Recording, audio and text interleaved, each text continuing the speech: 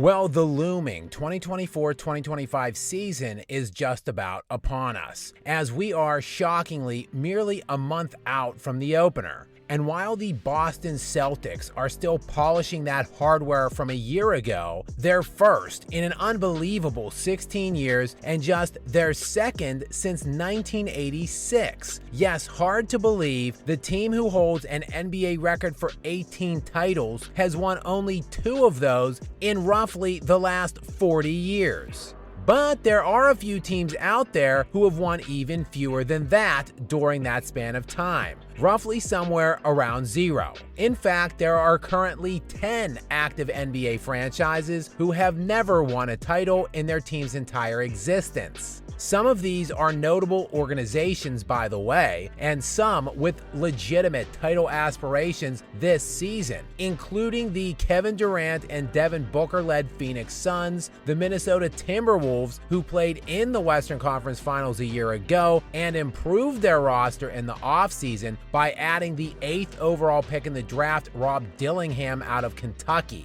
And while the Thunder have never won a championship since arriving in Oklahoma City following the 2007-2008 season, they did win one in 1979 while still going by the Seattle Supersonics. That is their franchise's lone championship, however, and it did come approximately 45 years ago, just 3 years after the ABA-NBA merger. But this season, that drought is going to come to an emphatic end when Shai Gilgeous-Alexander does something that not even Kevin Durant could manage, and that was while he was playing with Russell Westbrook and James Harden. Yes, you heard it here first. The OKC Thunder are going to win the championship this year, and it isn't all that hard to see coming. The Thunder, for starters, are coming off of a season where they already were the 1 seed in the Western Conference. Well, technically they tied the Denver Nuggets with 57 wins, but they did hold the tiebreaker over the Nuggets, and it was by the virtue of that tie they had the second best record in the sport, behind only the stacked-ass Boston Celtics. And even though Denver had the identical record, it was the Thunder who led the Western Conference in net differential a season ago, again second best in the league, behind only the Boston Celtics, who had the 5th best net differential in league history.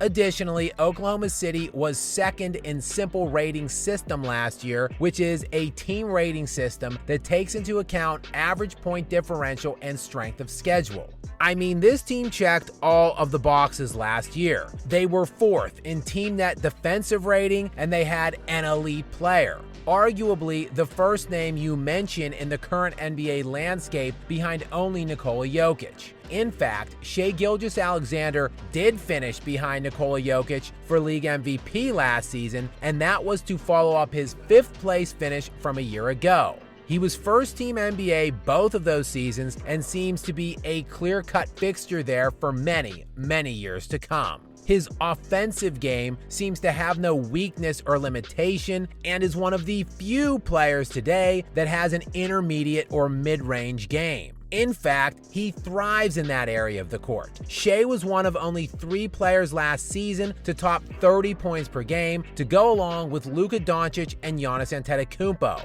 But he also finished second in the league in steals, and while he did miss out on an All-NBA defensive team designation, he finished 7th in Defensive Player of the Year voting. This is while finishing 3rd in PER behind only Jokic and Giannis, 2nd in win shares behind just Jokic, and 4th in box plus minus and value over replacement behind Jokic, Luka, and Giannis. SGA is elite and potentially still ascending. The Thunder's only noticeable weakness a year ago was in frontline depth and bulk to supplement Chet Holmgren, an area of weakness they addressed with the signing of Isaiah Hartenstein away from the Knicks. But then it just got downright absurd when the Thunder also added Alex Caruso, who was elite last season defensively, as he was 2nd team All-NBA defense and 1st team the season before that. Also, here's another terrifying thought to mull over for the rest of the league. Last year, Caruso ranked 2nd in point of attack defenders on perimeter isolation plays, Point of attack is the position on the court that is responsible for guarding the opposing team's primary ball handler. And while Caruso finished second in that metric league-wide a year ago, his new teammate Lou Dort was first.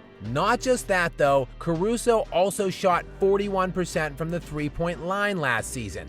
Yeah, good luck with all of that, NBA. The Thunder, for their part, did win a playoff series last season, but ultimately bowed out to Luka Doncic and the Mavericks in a 6-game series in the second round because, well, frankly, they just seemed unprepared to close games on the big stage. Which kind of should have been expected since their top 7 principal players in the rotation, based on minutes per game, were all 25 years of age or younger. This team now, though, will have playoff experience and will all be a year older and wiser. A team that played the eventual Western Conference champion Mavericks to a stalemate in that Western semifinal matchup a year ago, with the net differential in that series sitting at 0. This is while the Thunder's offseason moves, natural maturation process will make them a much improved team. A team which opens the season as second odds-on favorite in Vegas to win it all, behind only the defending world champion Boston Celtics. And while the Celtics have proven household names, so to speak, I don't think it is too much of a stretch at all to suggest that we will see these Thunder do something that even 3 league MVPs couldn't do, and hoist the Larry O'Brien at the end of this season.